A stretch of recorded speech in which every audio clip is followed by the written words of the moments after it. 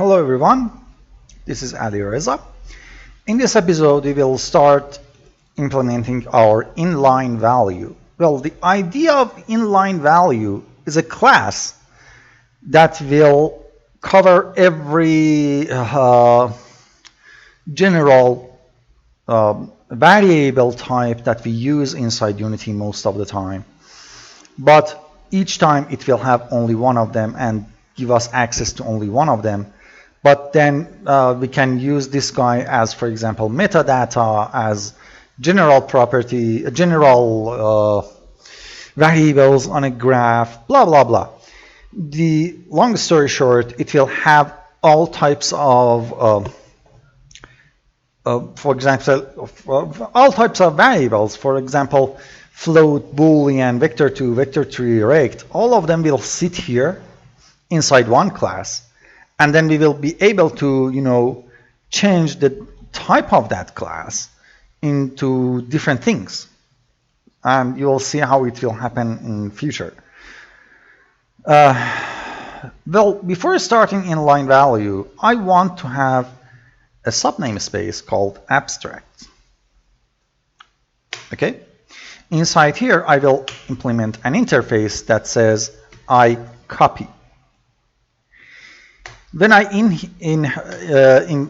inherit a class with iCopy, the idea is that that class will do a deep copy of itself and return it back. For example, if I want a method that called, public public inline value copy, something like that. So let me type public inline value copy. A method like this that returns a deep copy of itself back, that is what I want to happen when I'm implementing this interface. How can I do that? Well, it's as simple as putting out t, and it's a generic type of class, interface by the way, that returns a t, and the method is called copy. Simple enough, isn't it? Now, if I inherit this guy from iCopy, and it accepts a type inline value, and then implement, this is what I get. Public inline value copy. And that's exactly what I want. Cool.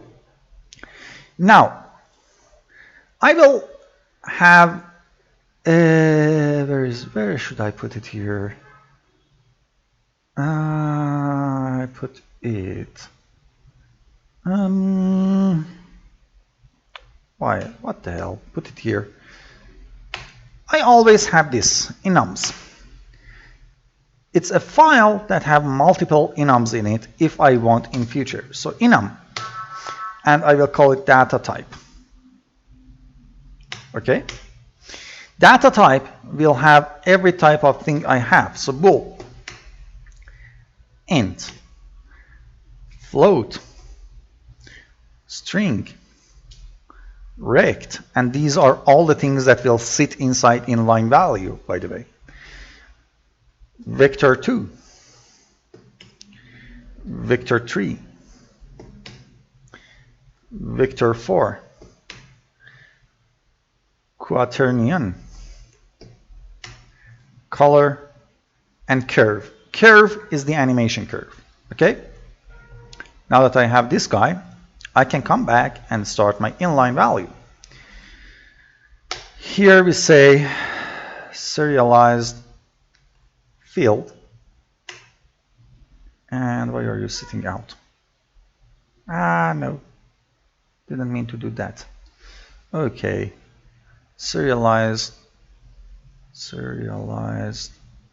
field, and it's string name, and it's public, by the way. This is the name of this inline value, so that I can retrieve it later inside something. For example, a list of metadata will have bunch of these inline values, each one will have a name. Okay, public bool value.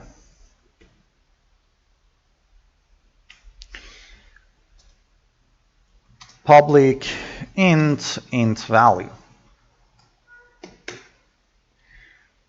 Public float value. Public string value.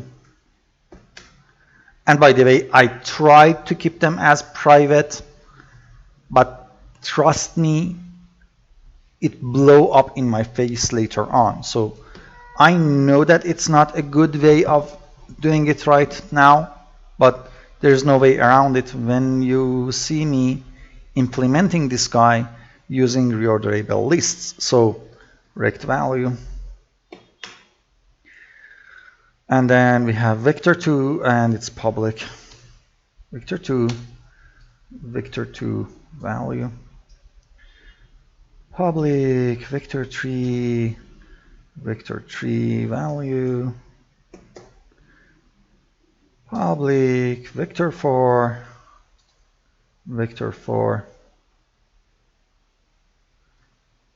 value. Public quaternion value.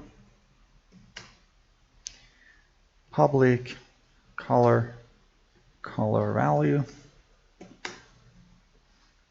Public animation curve value.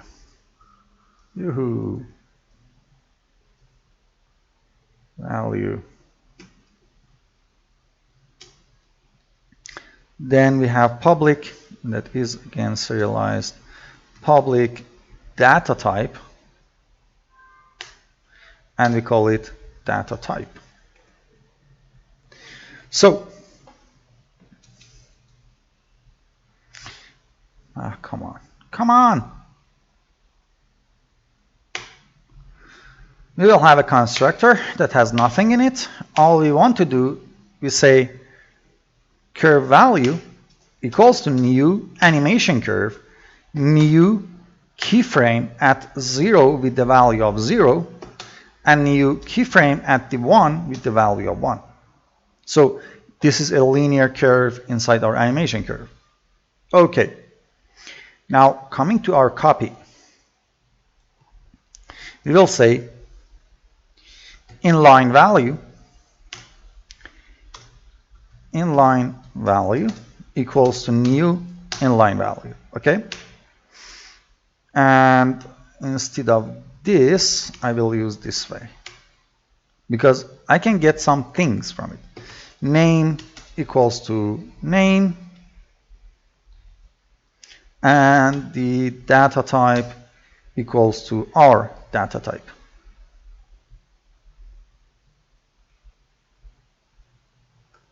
There. Then we will use a switch on our data type. Okay, we say case bool,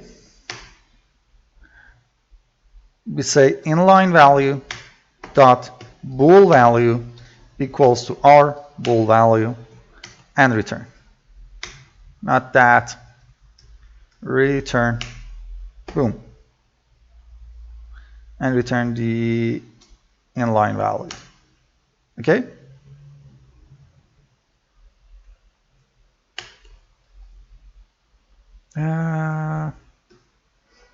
There. Then we have case int. We want our int value to be equals to the int value we have, and return it. Then we have float. The float value of the created class will be our float value, and we return it. So you can guess the rest is almost the same. So actually, not almost, but really the same. After the float, we have string. So Come on, string value equals to string value.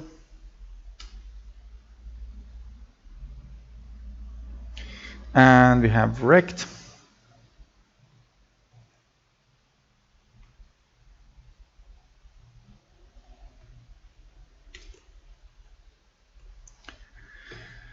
We have vector2.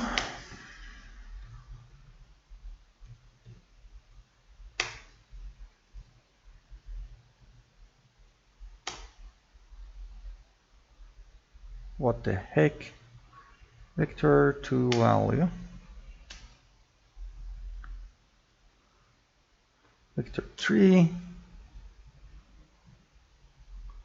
Vector3 value. Vector3 value.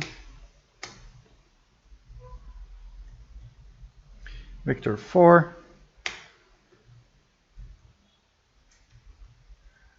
Vector4.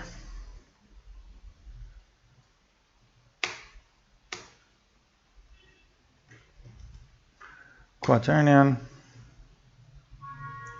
Quaternion value equals to quaternion value. Then we have color.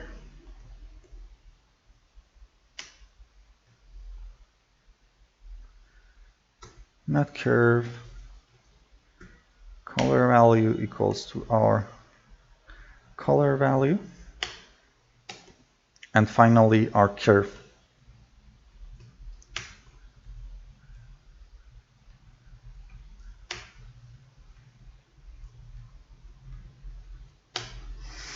There we go. So that is our copy method. And at the end, if none of these cases met, we simply return inline value as nothing, because we didn't set anything. We didn't have a proper data type. That shouldn't happen anyway, but you need to have it. So the copy method is there. The constructor is there. Now, we want to have a way to get the value out from the whole thing. And let me see, did I miss anything? No. Okay. So we have a public, and by the way, this can become a constructor private, yeah. So public that returns an object, and we call it get value. Okay? And we basically have a switch like this.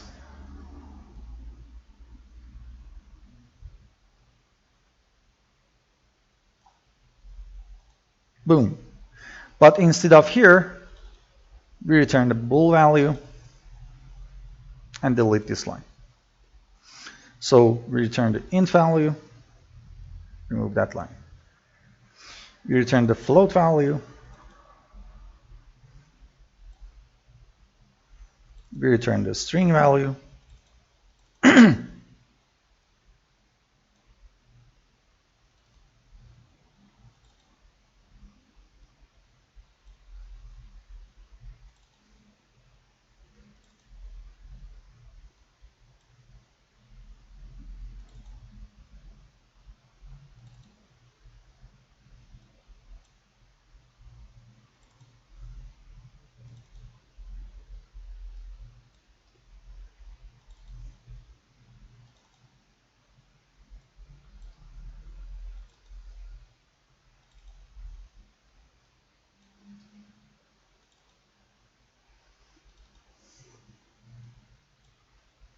And finally, we return null if we hit this point. That is get value for us, okay? Now, we will have a method to reset our inline value to a special type. So we say public void reset to type. Here we have a data type that we call it T. And we simply say data type equals to T. Then we say bool value equals to false. Our int value equals to 0. Our float value equals to 0. Our string value equals to empty string. Our rect value equals to new rect without any params. Our vector2 value equals to vector2.0. Our vector3 value equals to vector3.0. Our vector4 value equals to vector4.0. Our quaternion value equals to quaternion.identity. Our color value equals to color.black. And our curve value equals to, again, new animation curve with new keyframe of 0, 0, new keyframe of 1, 1. So we resetted our curve.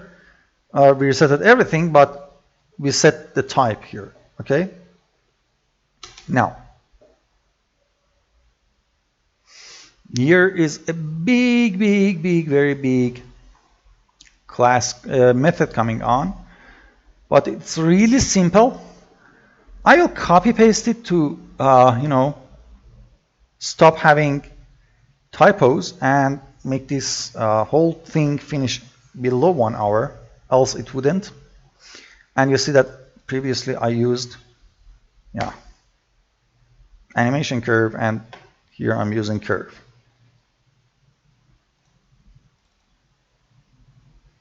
So let's go over it.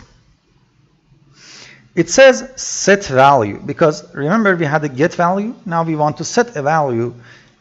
We send in an object and we ask if we want to reset the type when we are setting it or not, and we set it as true by default. Okay.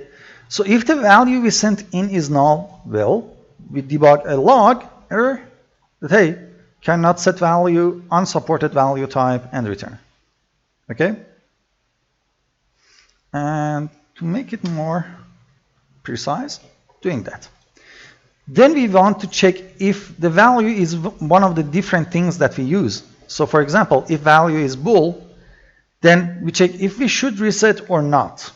If we should reset, then we reset the data type. Okay. Only, we reset to type of Boolean, else we just set the type to Boolean. If we are resetting the type, remember, we are resetting everything. If we don't want to reset, however, we are just setting the type to be bool, and then say bool value equals the typecast of value to bool, and return it. Okay?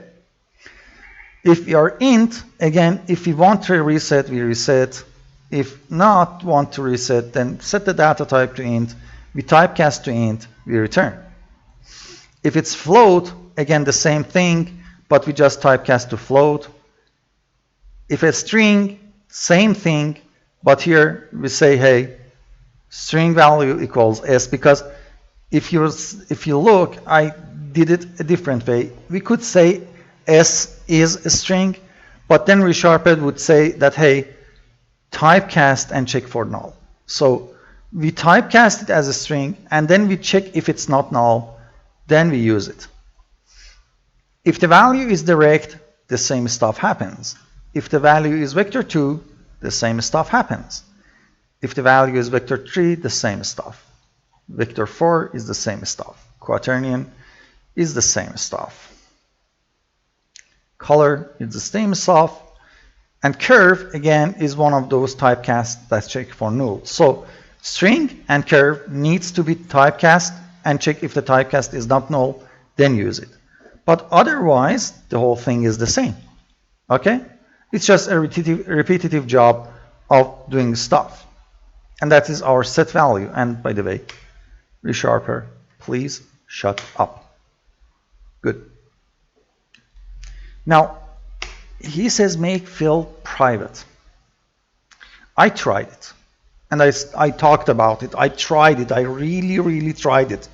But, you know, it blew in my face when I used it as a reorderable list for GUI stuff, and I was not able to, use the get value and set value properly there. And yeah, so I keep it as public for time being, unless I figure something for that. So then we have a toString method that is being an override for any Visual Studio, object, and that's fairly simple. We can use just toString on all of these guys. If the case is not one of them, then return an empty string. So that's fairly straightforward. Okay. And you see that it says that, hey, use invariant culture or current culture. It's a good practice to use invariant culture because different culture settings on your systems can put the float value as different formats. Invariant culture says that, hey, I don't care about your culture. Use a default culture that is the way English culture is showing the float values. So now we will have a bunch of try get values because get value, it doesn't care what type we have. It just returns an object.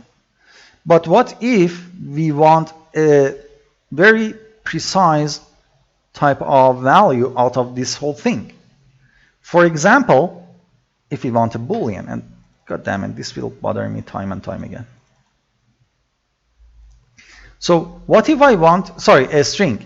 The try get string is exactly the toString, but if you look, it returns a Boolean. So here's how we do it.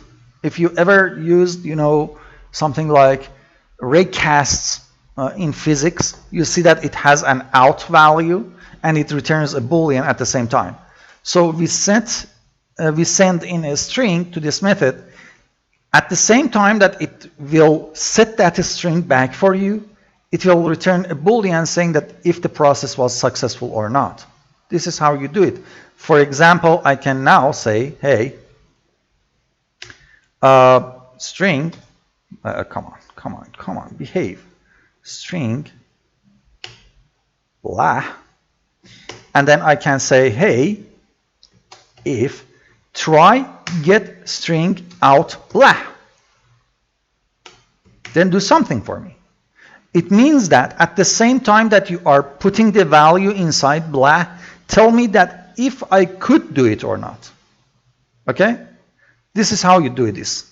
So you return a Boolean, at the same time you ask for an output of a special type. Well, we are getting a string, so I'm asking for a string, and it's a fairly straightforward. If you look, it asks a case of Boolean, then it sets that value that we sent in to the Boolean.string and it returns true. At the end of everything, here's the magic. We set the value to be nothing and return false. And you see that I cut everything in a try catch. Okay? Because if I send something, for example, a null, then, well, we return nothing and return false. Okay? So that's our try get Boolean. Other try gets are fairly similar to this guy, but sometimes we need to tweak the data. So for example, try get bool. So try get bool, you compare these two. We were sending in a string, now we're sending in a bool, and we sending out the Boolean all the time. So inside the try catch, you see a smaller amount of code because the things that can be converted to Boolean are really small. For example, we can't convert a rect to a Boolean or a vector2 to Boolean or a color to a Boolean. All we can do is convert a Boolean or an integer or a float or a string. Otherwise, we can't convert that. Okay? So for example, if we had an inline value that was a color and we ask try get bool, it will return false and the value will become false.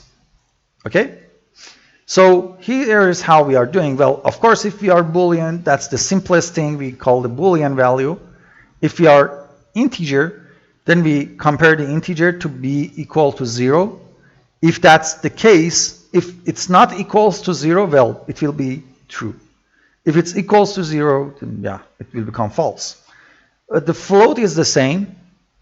Sometimes ReSharper yell at you that, hey, use something with epsilon comparison.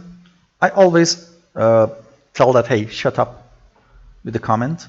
Then the string is bool try parse string value out value.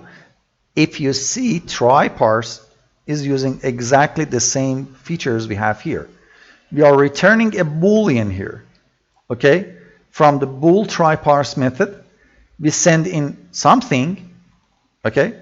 And we are outputting the result inside something. At the same time that we are checking if we could do that or not. At the end, if we are hitting here, means that the type was none of these, so we return false. And if anything bad happened, again, we return false and set the value to false. Try get int is again the same stuff. The Boolean, if it's true, then we set it to 0 to 1. If it's false, set to 0. If it's int, then return the int. If it's float, typecast it to int.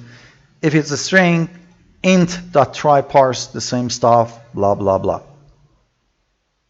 So I could easily copy paste these guys and tweak them around. That is exactly how I developed this class.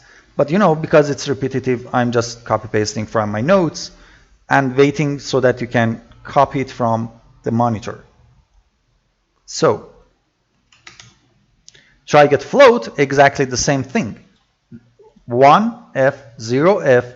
If it's int, then well, we can implicitly typecast the int to float. If it's float, then return the float. If it's a string, here we use float.tryparse. Now, the rest is a bit more longer, but not more complicated. For example, try get rect.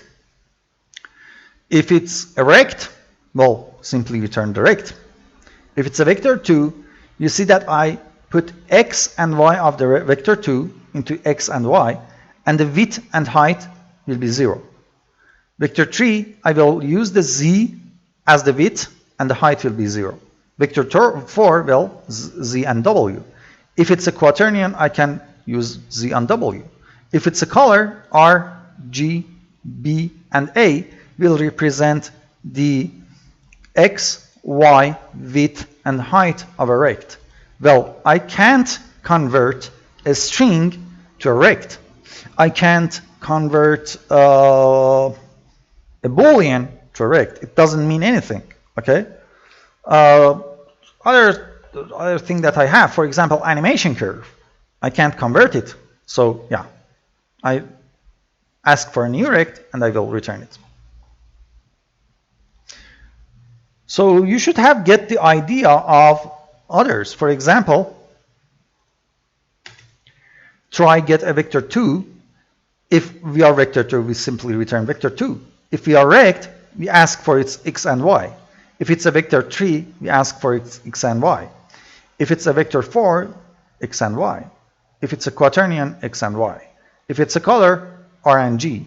And others, well, we can't. I could go fancy. For example, if it was a curve, I could check if the curve that keyframes array is greater than the one element, then get the element 0, get the element 1, get their value, put their values inside vector 2. But honestly, I don't think it's a good conversion. Okay?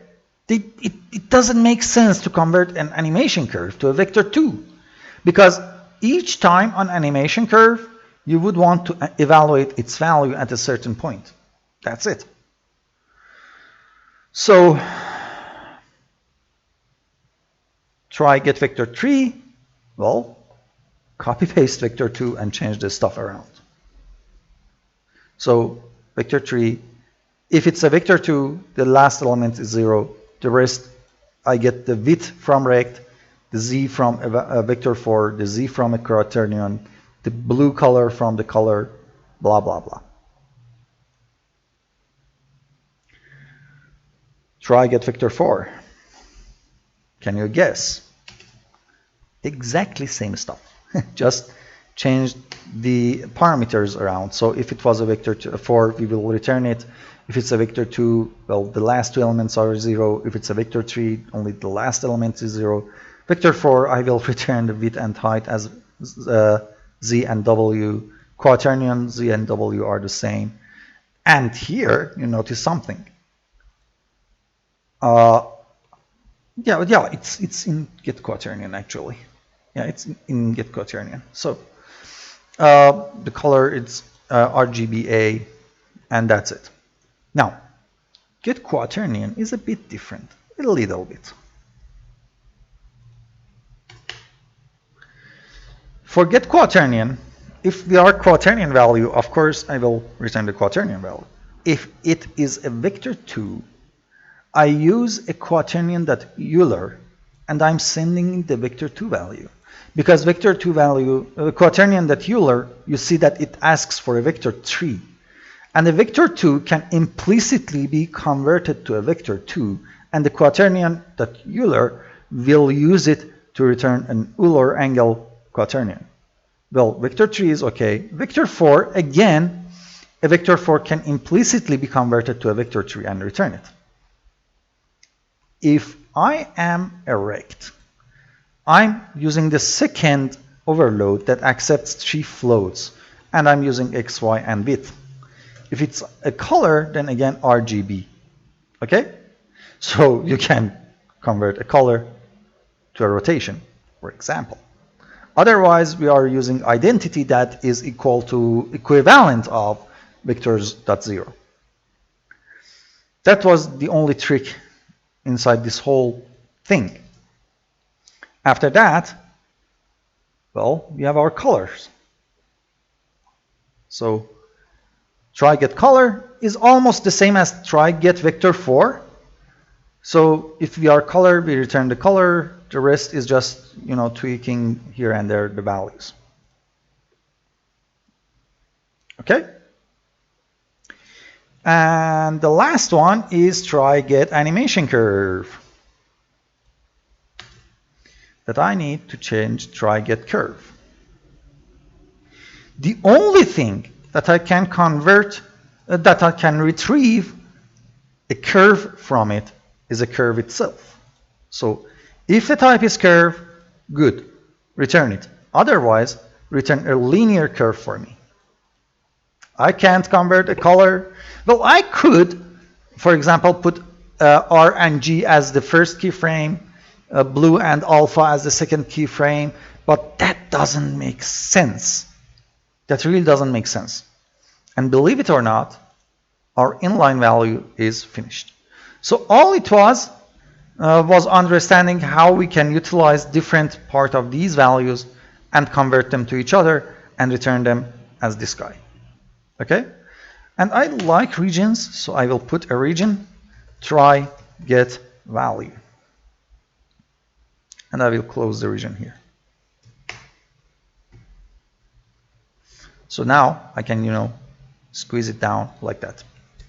And that is all to it. That is all to our inline value. In this episode, we learned how we can make a deep copy. A deep copy makes a new instance of the class, set its values to be equals to the current version in memory, and then return that, so that we don't reference the same object, but a new object with the same values. And well, we took a look how we can check if we could do something and assign the value at the same time. And of course, we could send in some parameters here before the out section. And that's basically it. This is our inline value that later on we will use for something like a list of metadata. And already, I think I put it somewhere. Yeah. So we have a list of these parameters as a metadata. And on our graph later on, we will have the same stuff as a list of general parameters for each graph, And that's it for this episode. In next episode, we will start with our I/O. And you will see that, again, we have 2 more classes to be put inside our infrastructure. But compared to unique ID and inline value, those are easier stuff. Those are just, a list of another one, and the other one is just 2 private members with some constructors and few methods that are really doing nothing big, but they are necessary for handling our I/O. So until next episode, have fun everyone. Bye bye.